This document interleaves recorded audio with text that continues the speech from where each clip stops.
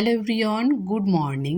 কেমন আছো তোমরা সবাই? আশা করি তোমরা সবাই খুব ভালো আছো আর আমিও খুব ভালো আছি। এখন বাজে ওই সকাল ৭টা মতো। তোমাদেরকে সাথে নিয়ে ব্লগটা শুরু দুধটা করছি। কষিয়ে ঘরে চলে গেছি, গ্যাসটা বেশি বাড়ানো ছিল, এই জন্য পুড়ে গেছে যে।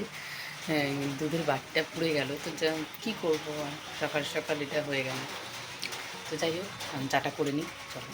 সকালে ঘুম থেকে উঠেই দেখি প্রচুর বৃষ্টি হচ্ছে, আর বৃষ্টির জন্য ওয়েদারটা একটু ঠান্ডা ঠান্ডায় আছে, তো বেশ ভালোও লাগছিল। তার সাথে কিন্তু একটু মন খারাপও ছিল, কারণ অনেকগুলো জামা কাপড় আগের দিনে কেচেছিলাম, তো বিকেলের দিকে কিচ্ছু শুকায়নি, সবগুলো ভেজা রয়ে গেছে। আর আজকেও দেখছি প্রচুর বৃষ্টি হচ্ছে, তাহলে কিভাবে জামা কাপড়গুলো শুকাবে বলো তো? এই নিয়ে আমার মাথার মধ্যে একটা টেনশনই ছিল।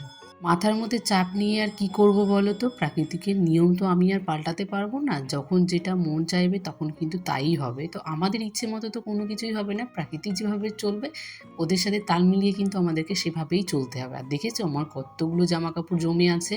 আর আজকে বৃষ্টির জন্য মামামও খুব তাড়াতাড়ি ঘুম থেকে উঠে গেছে, তার সাথে ওর পাপাও কিন্তু উঠে গেছে। তো দুজনের জন্য একটু চা করে নিলাম সকালে উঠে, আর সকালে উঠে কিন্তু আমার অনেক বড় ক্ষতি হয়ে গেল বলতে পারো, কারণ ওই বাটিটা মাজতে আমার প্রায় অনেকক্ষণ সময় লাগবে। তার সাথে না ওই আমার ডান হাতটা না একটু ব্যথাই লাগে, ওই একটু জোরে কাচাকুচি করলে, তারপর ওই জামা কাপড় ধুলে আমার না সত্যি খুব কষ্ট হয়ে যায় ডান হাত নিয়ে কাজ করতে। আর মানুষের তো ডান হাতটাই তো বেশি প্রয়োজন, তো এই জন্য আমার আরও বেশি মনটা খারাপ হয়ে গেছিলো। তারপরে ভেবেছি অল্প অল্প করে তুলবো, যা উঠবে উঠবে, না উঠবে না উঠবে, থেকে যাবে একটা ওই সেদ্ধর জন্য তো একটা বাটি ওই হাঁড়ি লাগেই যে কোনো কিছু, তো আমি না হয় এটাই রেখে দেবো।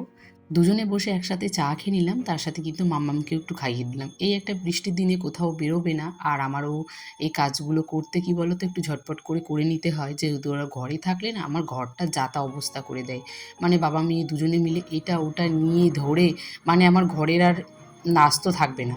তো এই নিয়ে আমার একটা মাথার মধ্যে ঘুরছিল যে কতক্ষণ আমি রান্নাটা শেষ করে আমি ঘরে যেতে পারবো।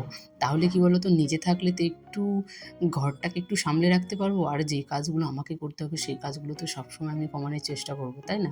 আজকে সবার ইচ্ছে হয়েছে সকালবেলা খিচুড়ি খাবে, কিন্তু খিচুড়ি করার মতন আমার কোনো মুডই ছিল না, তাই আমি বললাম খিচুড়ি করবো না, অনেক দিন থেকে ডালিয়াটা কাটা আছে, তো প্যাকেটটা শেষ করে দিতে হবে। তো বললাম যে চলো তাহলে আজকে একটু মুগ ডাল দিয়ে একটু ডালিয়া বানিয়ে নিই, তাহলে সকালে আমাদের খাওয়াটা হয়ে যাবে, তারপর দুপুরের রান্নাটা নয় পরে করবো।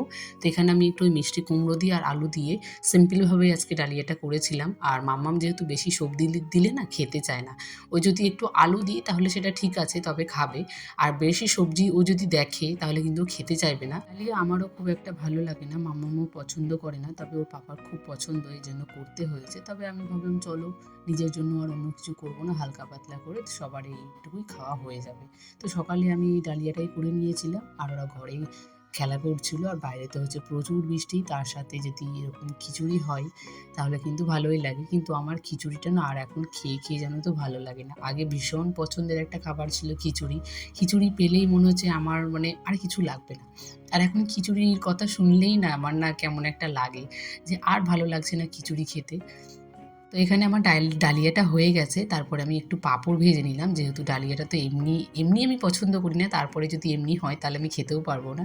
তো আমার জন্য আমি দুটো পাঁপড় ভেজে নিলাম, তার সাথে সবার জন্যই নিয়েছিলাম, সবার জন্য দুটো করে যেন হয়ে যায়। তো এখানে হয়ে গেছে, তারপর ওকে গরম গরম দিয়ে দিলাম, যদিও একটু গরম গরম ভালো লাগে, তবে ঠান্ডা হয়ে গেলে কিন্তু একটু ভালো লাগে না। তো ওকে আমি এখানে ডালিয়াটা দিয়ে দিলাম, আর তার সঙ্গে দুটো পাঁপড় ভাজাও দিলাম। মামাম্মু খেয়েছিল, পাঁপড় ভাজার জন্য মামাম্মু খেয়েছিল, নাহলে মামাম্মু হয়তো খেতে চাইতো না। যেমন আমি খাই না, মানে অনেক কিছুই আমি খাই না, তো আমার মতোই মামামও হয়েছে, মামামও কিন্তু দেখে শুনে সব জিনিস খায়। আর সকালে আমাদের খাওয়া দাওয়াটা কমপ্লিট হয়ে গেছে, তারপরে দুপুরে রান্নার জন্য আমি আবার রান্না করে নিলাম। এখানে একটু ওই সজনে ডাঁটা আলু দিয়ে একটু ঝোল করলাম, আর এখানে মামামের জন্য দুটো মাছ ভেজে নিলাম, যেহেতু আমরা দুপুরবেলা একবারই খাবো, তো রাতে যেহেতু আবার কিছু রান্না করতে হবে তাই বেশি কিছু করলাম না, ওই একটা ঝোল করে নিলাম আর ওই পাঁপড় ভেজে নেব, ব্যাস দুপুরের খাওয়াটা কমপ্লিট হয়ে যাবে। রান্না করতে করতে আমি এখানে যে বাসনগুলো জমেছিল সেই বাসনগুলো কিন্তু আমি টুকটুক করে ধুয়ে নিলাম। তাহলে কী হয় বলো তো, একটু প্ল্যান মতো যদি কাজগুলো করে নিতে পারি না, তাহলে নিজের অনেকটা কাজ কিন্তু কমে যায়। এই যে রান্না করতে করতে যেমন যদি বাসন জমে যায়, তাহলে যদি আমরা অল্প অল্প করে বাসনগুলো মেজে নিই তাহলে কিন্তু অনেকটা তাড়াতাড়ি হয়ে যায়। আর রান্নার শেষে অনেকগুলো বাসন জমে যায় যদি তুমি না দাও, আর যদি তুমি হালকা হালকা করে বাসনগুলো মেজে নাও তাহলে তোমার কোনো বাসনই আর জমে না। তো আমি তাই করি, আমি রান্না করতে করতে সবসময় আমি হালকা হালকা করে বাসনগুলো মেজে নেওয়ার চেষ্টা করি যতটুকু পারি, তাহলে আমার ওই রান্নার শেষে বাসন হয় না। তো এখানে এই যে মশলাটা করতে গিয়ে দেখছি পুরো মশলা পড়ে গেছে আর মিক্সিটা একদম নোংরা হয়ে গেছে। তো ভাবলাম যে আজকে একটু ডিপ ক্লিনিং করেই নিই। যদিও রোজ রোজ মশলা করার পরে আমি মুছেই রাখি, কিন্তু আজকে ভেতরেও পড়ে গেছিলো আর বাইরেটা পুরো মেখে গেছিলো, তাই একটু নামিয়ে ভালো করে সার্ফের জল দিয়ে আর ফিনাইল দিয়ে ভালো করে মুছে নিলাম। আর খুব একটা বেশি কিছু যেহেতু আজকে রান্না করিনি, তাই কিন্তু খুব একটা নোংরা হয়নি। তবু ওই জলটা দিয়ে আমি একটু ভালো করে ওই নাতা দিয়ে ভালো করে আজকে একটু গুলিয়ে নিলাম। তাহলে কি বলো, আর এখনও জানো তো প্রচুর বৃষ্টি হচ্ছে। আর এই যে বৃষ্টির মধ্যেও যে এত কাজগুলো আমাকে করতে হচ্ছে, সেটা তো আমাদের প্রত্যেকটা সংসারে করতেই হয়। তো আমাকেও করতে হচ্ছে, কিন্তু বৃষ্টির মধ্যে কিছু সময় মনে হয় না যে আমরা একটু চুপচাপ বসে থাকি, একটু নিজের মতো করে থাকি। তো এটা আমাদের সংসার জীবনে হয় না। তো যাই হোক, সেসব কথা আমি আর ভাবনা চিন্তা করিই না। যখন নিজের কাজগুলো আমাকে করতেই হবে, তাহলে কিন্তু সব কাজগুলো সেরে রেখে আমার বসে থাকা ভালো। তাহলে একটা তোমার মাথার মধ্যে চাপ থাকে না যে আমাকে এই কাজগুলো করতে হবে, কিংবা এই কাজটা আমার জন্যই আছে। তো কাজগুলো বসে কমপ্লিট করার পরে যদি বসি, তাহলে কিন্তু একটু নিশ্চিন্তিতে বসেও থাকা যায় আর একটু মনের মধ্যে অনেকটা শান্তি নিয়েও কিন্তু বসে থাকা যায়। তো এখানে ওই রান্নাঘরের কাজটা কমপ্লিট হয়ে গেছে। তারপর আসলাম ঘরে। ঘরে এসে দেখছি ঘরের তো যা তা অবস্থা হয়ে গেছে। এইদিকে এই টেবিলটার অবস্থাও খারাপ। ঘরের যাবতীয় যা যা কিছু ছিল সব দেখছি নিচে পড়ে আছে। আমার মাথাটা পুরো গরম হয়ে গেছিলো। নিজের সংসারটাকে তো সুন্দর করে রাখতে চাই আর রাখি, তবুও কি সুন্দর সংসার সাজিয়ে রাখলে কি সবসময় সুখে থাকা যায়? একটা যদি তোমার ভালো পরিবার না হয়, ভালো পরিবারে যদি মানুষগুলো না হয়, তাহলে কিন্তু তুমি কখনোই সুখী হতে পারবে না।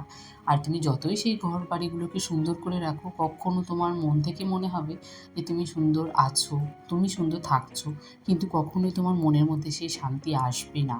যেমন আমার জীবনে কিন্তু প্রচুর সমস্যা, সেই সমস্যা থেকে আমার এক এক সময় মাথায় এত চাপ নিয়ে ফেলি যে আমার মনে হয় কোনো কিছু আর ভালো লাগছে না। আমার মেন্টালি এত প্রেশার পড়ে যায়, সেখান থেকে কিন্তু আমার শরীর খারাপও হয়। তবুও সেই জায়গা থেকে নিজেকে ঘুরিয়ে নিই, সেখান থেকে নিজেকে উঠিয়ে নিয়ে আসি যে না, হয়তো একটা দিন সব কিছু ভালো হয়ে যাবে। সেই দিনের আশায় হয়তো আমরা থেকে থেকে দিনগুলোকে আমাদের অযথা নষ্ট করি। যদি সেই দিনটা যদি ভালো আসে, তাহলে তোমার জীবনে তো সেটা সুখবর বলতে পারো। আর যদি তোমার জীবনে সেই দিন কখনোই না আসে, তাহলে তুমি কোনো দিনই সুখী হতে পারবে না। ঘরের কাজগুলো তো সব কমপ্লিট করে নিলাম তোমাদের সঙ্গে গল্প করতে করতে। আর এখানে দেখো মাম্মাম মেলা থেকে নিয়ে এসেছে কটন ক্যান্ডি। তো কটন ক্যান্ডি মাম্মাম খাচ্ছে, আর মাম্মামের জিভটা দেখো এতটা লাল হয়ে গেছে। আমাকে দেখাচ্ছিল আর বলছিল যে আমার মুখটা কেন লাল হয়নি, কিন্তু আমি তো কটন ক্যান্ডি খাইনি, সেটাও বুঝতে পারছে না।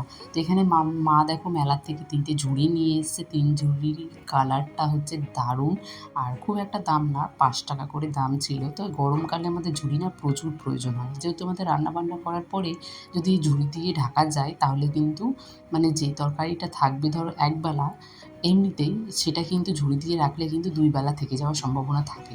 কারণ তার ভেতর থেকে তো সব গ্যাসগুলো বেরিয়ে যাচ্ছে। আর একটা আমরা যদি থালা দিয়ে ঢেকে রাখি, তাহলে তো সেটা একদম লিডাক হয়ে থেকে যাচ্ছে, তাই কিন্তু তাড়াতাড়ি আমাদের খাবার দাবারগুলো নষ্ট হয়ে যায়। মেলা যাওয়ার জন্য প্রায় 1 ঘন্টা ধরে বসে আছি, ও এখনও অফিস থেকে আসেনি। তো এই যে সামান্য একটা কুর্তি পরেছি, এ করে রেডি হয়ে গেছি, তো এখনও আসেনি। দেখা যাক কখন আসে, তারপর যাবো। এখন 8:30 পার হয়ে গেছে অলরেডি।